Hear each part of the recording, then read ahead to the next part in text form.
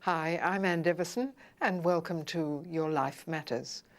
This is a series about health and healing and some useful strategies to approach what's a very broad subject.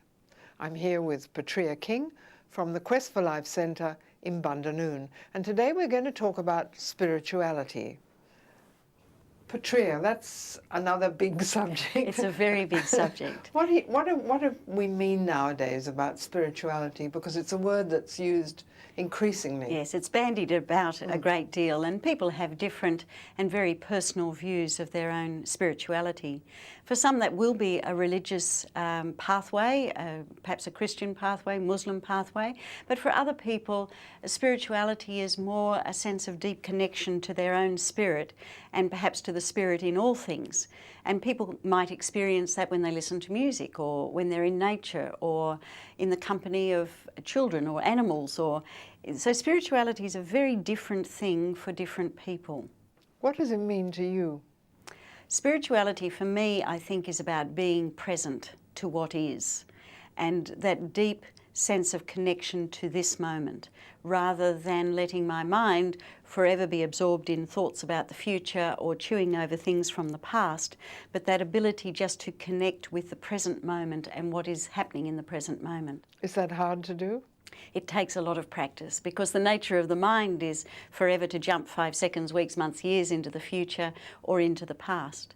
But what we understand now too is that when the mind goes into fretting, anxiety, worrying, fearing in the future, or resenting, blaming, shaming, bitter about the past, that's not just a state of mind. We actually create a physiology to match.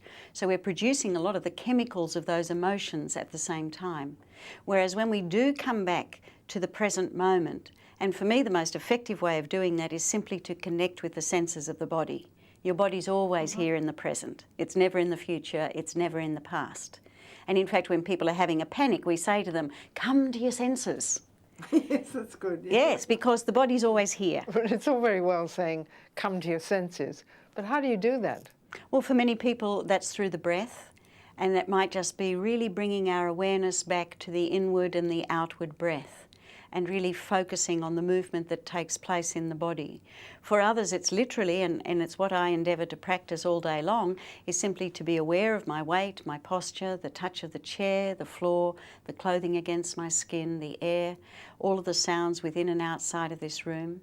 You see, it's impossible to have a fully fledged panic and do that at the same time. And it does take practice. Well, then, is this something that people can practice when they're at Quest? Oh, certainly, certainly.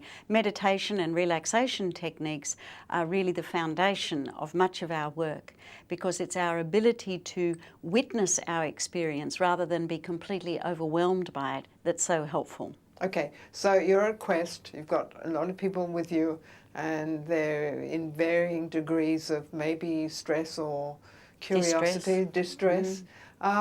Does anyone actually bring up the subject of spirituality? Oh yes, yes. In fact, I find a subject that's very close to people's hearts, particularly when they're faced with trauma, where perhaps a lot of the strategies that you've used up until now aren't effective in this particular circumstance. And a lot of people, when they're feeling really frightened or vulnerable, hand over their stress, their problem, to a higher power, perhaps to God, perhaps to, depending on whether we have the capacity to be able to let our mind come to quietness in this moment and not be full of the fearing and the fretting about the future.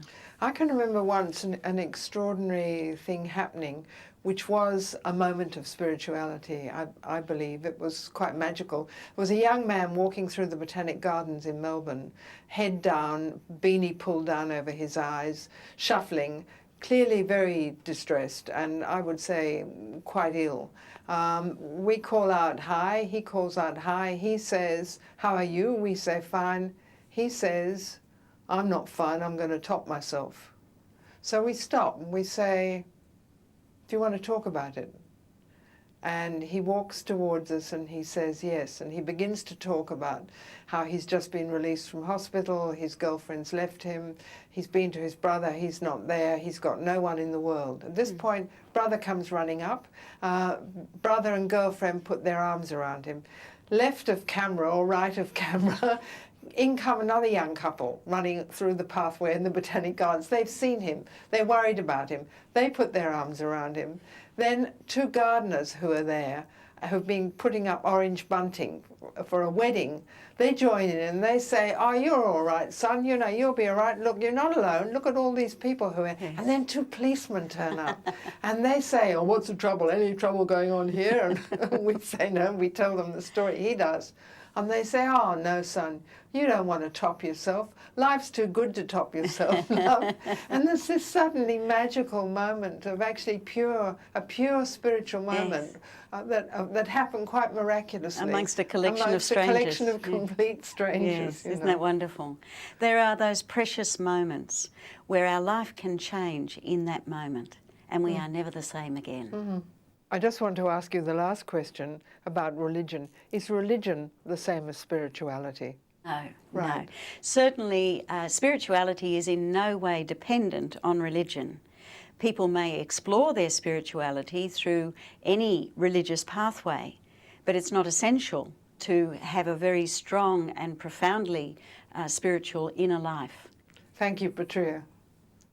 And that was Petrea King talking about spirituality.